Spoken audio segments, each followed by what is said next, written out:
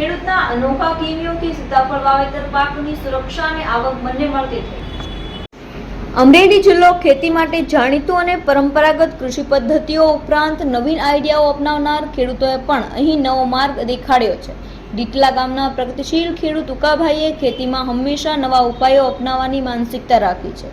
પોતાના ખેતરમાં અવારનવાર નીલગાય અને ભૂંડના ત્રાસથી ત્રસ્ત થયેલા ઉકાભાઈએ એક અનોખો અને ઉપયોગી કિમિયો અજમાવ્યો છે। તેમજ જામફળ અને અન્ય ફળનું આવી રીતે વાવેતર કરીને પાકને બચાવી શકાય છે।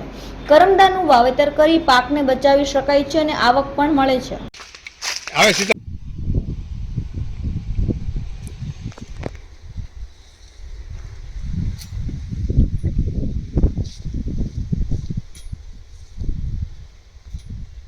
हाँ हाँ हाल तो बोली तो आમાં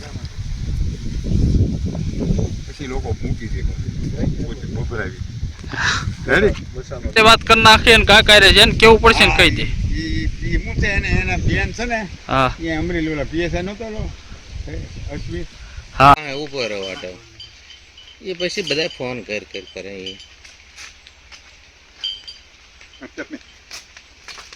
હવે સીધા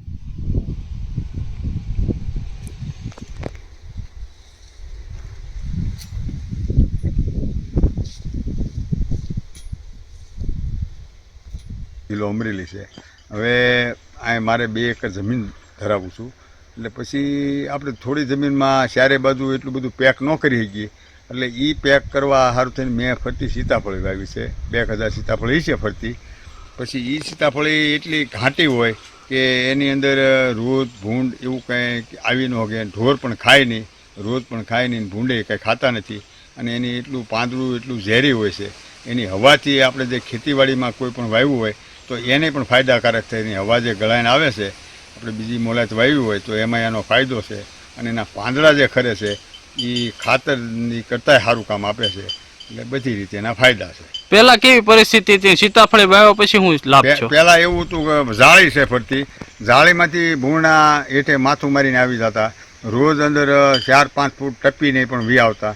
પણ આ સીતાફળી વાવ્યા કે એક ભૂંડ નથી આવ્યું, એક પણ રોજ નથી આવ્યું, એટલો મને મોટો ફાયદો છે।